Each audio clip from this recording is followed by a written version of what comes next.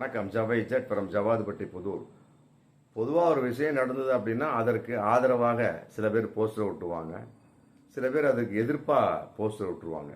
இந்த கரூர் சம்பவத்துக்கு பின்னால் விஜய்க்கு எதிர்ப்பாக ஏகப்பட்ட போஸ்டர்ஸ், அதாவது தமிழ் மாணவர் கழகம் சொல்லி போட்டு போஸ்டர் ஒட்டியிருக்காங்க. விஜயை கைது செய் அப்படின்னு. அதை கிழிக்கும் ஒரு குரூப் இருந்துகிட்டே இருக்கிறாங்க. அதாவது ஒட்டக்கூடிய போஸ்டரை கிழிக்கும் கலாச்சாரம் அப்படிங்கிற இன்னைக்கு புதுசாக தாவேகா மூலமாக உருவாயிருக்கு. எல்லாத்தையும் போஸ்டரையும் பின்னால் ஒருத்தர் ஒட்டிக்கிட்டே போகிறாரு, பின்னால் ஒருத்தர் கிழிச்சிக்கிட்டே வர்றாரு.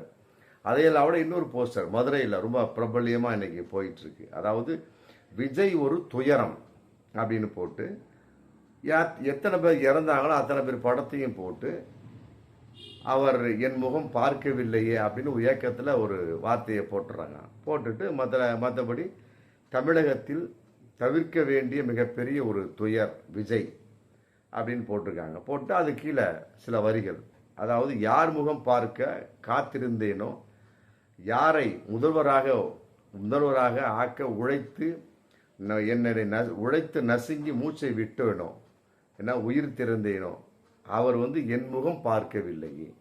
எப்படிப்பட்ட ஒரு ஏக்கம் பாருங்க. உண்மையிலே இது மனதை வருடக்கூடிய வரியாக இருக்குது.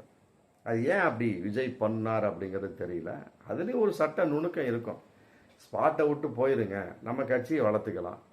இங்கே இருந்தீங்கன்னா அரெஸ்ட் பண்ணி உள்ளே வச்சுருவாங்க. மற்றபடி உங்களை வச்சு நாங்கள் வளர முடியாது, கட்சியை நம்ம வளர்த்த முடியாது. இதுதான் இது யாருடைய ஒரு அறிவுரை? எல்லாம் வக்கீல் சம்பந்தப்பட்ட சட்ட நுணுக்கங்கள் தெரிந்தவங்களுடைய அறிவுரை. பல கட்சி சம்பந்தப்பட்ட வகையில் இந்த மாதிரி நடந்திருக்கா அப்படிங்கிறது தெரியல. அந்த மாதிரி நடந்தாலுமே கூட மற்றபடி இந்த அளவுக்கு விரண்டு ஓடக்கூடிய அளவுக்கு எந்த தலைவரும் இருந்ததாக எந்த சரித்திரமும் கிடையாது. இந்த போஸ்டர் யார் போட்டிருக்காங்க அப்படின்னா மதுரை வழக்கறிஞர், மற்றபடி சட்ட கல்லூரி மாணவர்கள் சொல்லி போட்டு அவங்க சார்பாக இந்த போஸ்டர் போட்டிருக்காங்க. இந்த போஸ்டர் ஒட்டியிருக்காங்க. பின்னாலே ஒரு நபர் கிழிச்சுக்கிட்டே வர்றாரு.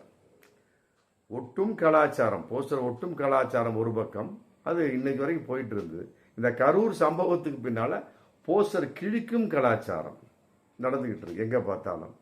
அந்த அளவுக்கு தாவேகா விஜய்க்கு ஆதரவு இருந்தாலுமே எதிர்ப்பும் இருந்து கொண்டிருக்கிறது அப்படிங்கிறது தெரியுது. இருந்தாலும் ஒட்டும் கலாச்சாரம் ஒரு பக்கம், அதை கிழிக்கும் கலாச்சாரம் புதிதாக ஆரம்பித்திருக்குதுங்கிறது தமிழ்நாட்டில் உண்மையிலே நம்ம கூர்ந்து கவனிக்கப்பட வேண்டிய விஷயம். என்றாலுமே கூட விஜய் இன்னும் அவர் வெளியே வரவில்லை, வீடியோவில் மட்டுமே இருந்து கொண்டிருக்கிறார். காரணம், அவர் இன்னும் நடிகராக மட்டுமே இருந்து கொண்டிருக்கிறார். இன்னும் அவர் அரசியல்வாதியாக முழுமையாக உருமாறவில்லை.